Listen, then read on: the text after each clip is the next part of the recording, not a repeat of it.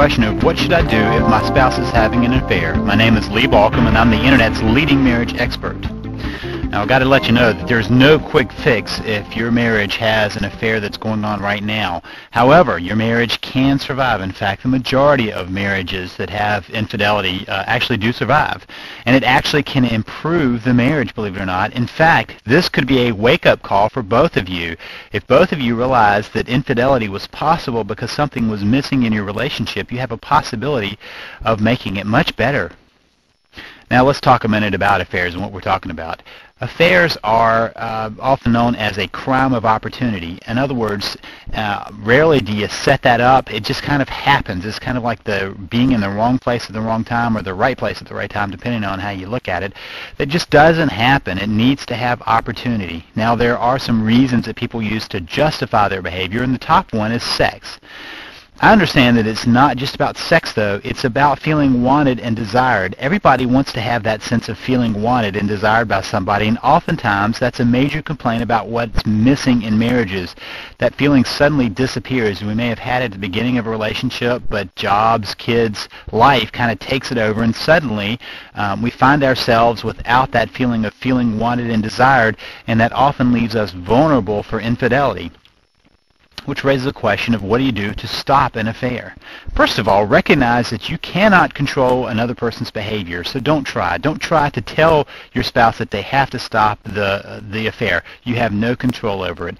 However, you can request that your spouse stop the affair and honor their commitment to the relationship. There's a difference between trying to control the behavior and requesting them stop. You just have to give up on the fact you can't stop it if the other person chooses to continue the affair, but you can make a request and have them honor the commitment. The second one is, or next thing, is to decide to face the truth about your marriage. What went wrong? Why was your marriage vulnerable to a relationship outside of the marriage? And if you're not willing to look at the truth of that, you can't get beyond this. Sometimes we get wrapped up in our anger about the affair, and we don't want to stop and look at the fact that something was going on.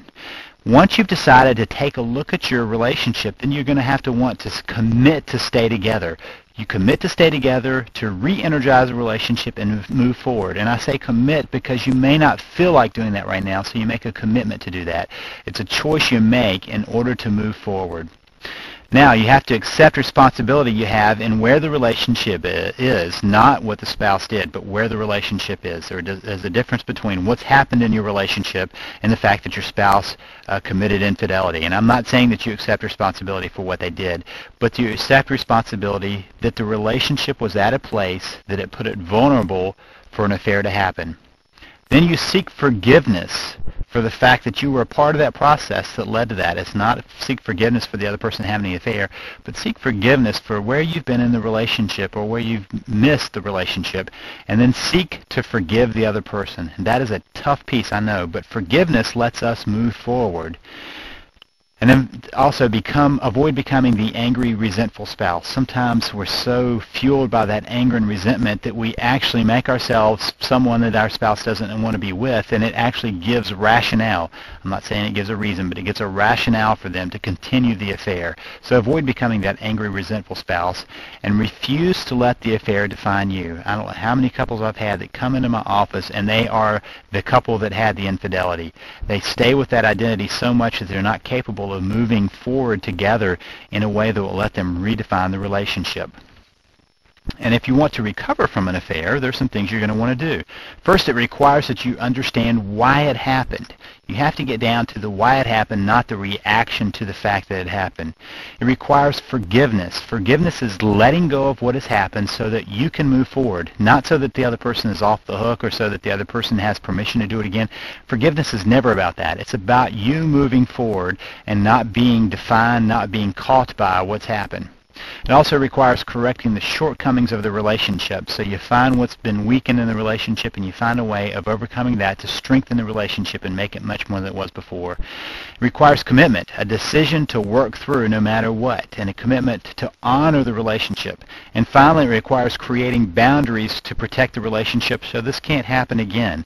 Whatever was the risky situation, that opportunity, you have to find a way of creating boundaries around the relationship so that that cannot happen. Now this is not a quick fix again, and this is just an outline. So if you want to know more about how to save your marriage, and you want to know how to get beyond an affair, you want to go now to www.savethemarriage.com. One of the things I offer there is an audio about affairs and what to do with them. So go now to www.savethemarriage.com. www.savethemarriage.com.